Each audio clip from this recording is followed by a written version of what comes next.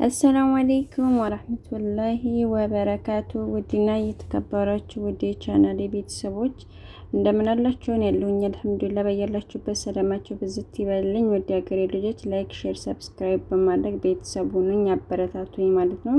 ኢንሻአላህ በተለያዩ ቪዲዮዎች እመጣለሁኝ ባለ ፍቃድና እስኪ ዛሬ ደግሞ እንዴት በአዲስ ቪዲዮ መጥቻላችኋለሁ። እስኪ ይሄን የመሰለ የሚያምር ቦታ እያያችሁ ማለት ነው። እስኪ የወላጅ ሀቅ በኢስላም ምን ይመስላል የሚለውን እስኪ እያዳመጥን ጅንም ሀዲቃ አብረን እንጎብኝ ማለት ነው።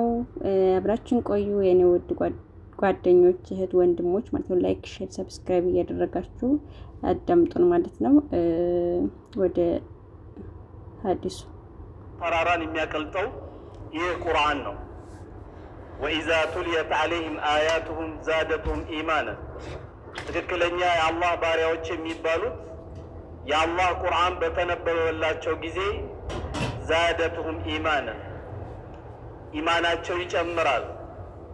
ከምንም በላይ ልባቸውን የሚሰበስበው ከምንም በላይ ወደ ተሻለ ህይወት የሚመራቸው የተከበረው የአላህ ቃል ነው። የአላህ ቃል መቼም አዲስ ነው። ሰዎች ዘፈን ያወጣሉ፣ ለሆነ ጊዜ ዘፈኑ ያልቃል። ሰዎች ለሆነ ጊዜ ቆንጆ ግጥም ይገጥማሉ፣ ለሆነ ጊዜ ግጥሙ ያልቃል። ሰዎች በሆነ ጊዜ የሆነ ስነ ጽሁፍ ይጽፋሉ፣ በሆነች ጊዜ ያ ስነ ጽሁፍ ያልቃል። ቁርአን ግን ሁሌም አዲስ ነው። አለመቅራታችን አለመቅረባችን እንጂ ቁርአን ሰዎች በቀረቡ ቁጥር ፍቅራቸው እየጨመረ ግንኙነታቸው እየጨመረ ነው የሚሄደው። ምክንያቱም ሰዎች ቁርአንን ባገኙ ቁጥር ከጌታቸው ጋር ንግግር እያደረጉ ነው። ለዚህ ነው ቁርአን በተቀራ ጊዜ ወአንሲቱን ያለው፣ ጸጥ በሉን የተባለው። ቁርአን እየተቀራ ወሬ ስለማይቀጥል፣ ቁርአን እየተቀራ ስብሰባ ስለሌለ፣ ቁርአን በተቀራ ጊዜ ምን ጊዜም ጸጥ ማለት እንዳለብን ነው አላህ በተከበረው ቃል ያስተማረን። እኔንም እናንተንም ነገ የውመል ቂያማ ሸፋዓ ከሚሆኑት የቁርአን ቤተሰቦች አላህ ያደርገን። ቁርአን ለልጆቻችን ትተንላቸው የምንሄደው ትልቁ ውርሳችን ነው። ትልቁ ለልጆቻችን የምንተውላቸው ቁርአን ነው። ቁርአን ያስተማረንና አባቱን በምን መልኩ መከተል እንዳለበት፣ እናቱን እንዴት አድርጎ ማክበር እንዳለበት ቁርአን ያስተማረው። ፊዚክሱንም አይተናል፣ ኬሚስትሪውንም አይተናል፣ እንግሊዝንም አይተናል። ሁሉም ትምህርት እዚህ ያልቆጠረ ሰው የለም። ነገር ግን ከእናቱ ጋር ጥሩ ግንኙነት እንዲያሳልፍ፣ ከአባቱ ጋር ጥሩ ግንኙነት እንዲያሳልፍ ያስተማረ ቁርአን ብቻና ብቻ ነው። አላህ በተከበረው ቃል ምን ይላል? ወአቡዱላህ ወላ ቱሽሪኩ ቢሂ ሸይአን ይላል። አላህን ጌታችሁን ብቻ አምልኩት፣ በሱ ላይ ቅንጣት ያክል እንዳታጋሯልና ወቢልዋሊደይኒ ኢሕሳን አለ። ለእናትና ለአባቶቻችሁ ወይም ለወላጆቻችሁ መልካም ዋሉላቸው ይላል አላህ። ኢማ የብሉገነ ኢንደከ ልኪበረ አሐዱሁማ አው ኪላሁማ፣ እናታችሁ ወይም አባታችሁ ከሁለት አንዳቸው በሕይወት አላህ ገጥሟችሁ በእናንተ ዘንድ አብራችሁ የመገናኘት እድል ካገኛችሁ ፈላ ተቁል ለሁማ ኡፍቲን። ይሄ ኬሚስትሪ ላይ ያለው በጣም የሚያጅብ ነው። የትኛውም ሳይንቲስት ይህን አላስተማረው። አላህ ሱብሓነሁ ወተዓላ የታላቁ አርሽ ባለቤት የሆነ ጌታ ግን ከራሱ ሀቅ ቀጥሎ በእናቶቻችን ላይ እንዴት መኗኗር እንዳለብን፣ በአባቶቻችን ላይ እንዴት መኗኗር እንዳለብን የሚገርም ምክር ነገረን።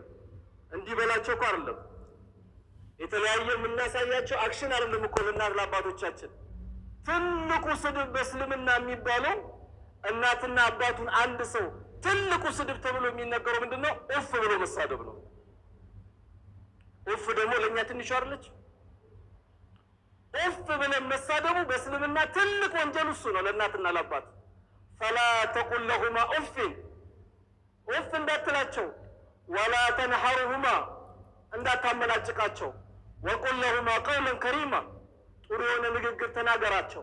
አቤት ባባ፣ አቤት ኡሚ፣ አልሰማውም ይቅርታ እያልክ ልትሞት የደረሰች ዶሮ መስለህ እንጂ እናትና አባት ጋር መቅረብ ያለብን የመኪና ቁልፍ ይዣለሁ ብለህ፣ ዲግሪ ይዣለሁ ብለህ፣ ማስተር ይዣለሁ ብለህ፣ ዲፕሎም ይዣለሁ ብለህ፣ ወይም በሰፈሩ ታዋቂ ሰው ነኝ ብለህ፣ ወይም ቤተሰቡን የማስተዳድረው እኔ ነኝ ብለህ እነሱ ፊት በልጠ መገኘት ሐራም ነው። አባትህ አንተን የቤት ወጪ ለመጠየቅ አንተን መጠየቅ የለበትም። አንተም የሱ ዕቃ ነህ። ዛሬ የጠፋው ይሄ ነው። አባት በአባትነቱ ካልተከበረ ረህመት አይወርድም። እናት በእናትነቷ ካልተከበረች ረህመት አይወርድም። ወላሂ ሰላታችንም ተቀባይነት የለውም። እናት ጃሃድ ታስቀራለች በስልምና፣ አባት ጃሃድ ያስቀራል በስልምና። ሊዘምት የነበረ ሰሃባ ፍቀዱልኝ ወደ ጃሃድ እንደወጣ ሲላቸው እናቱ ወይ አባት በሕይወት አሉ ሲሉት አዎ አሉ ሲላቸው ምን አሉት? ሂድና ከነሱ ጋር ታገላሉት። ጃሃድ አልፈቅድልህም ነው ያሉት። የታለች ኡሚ?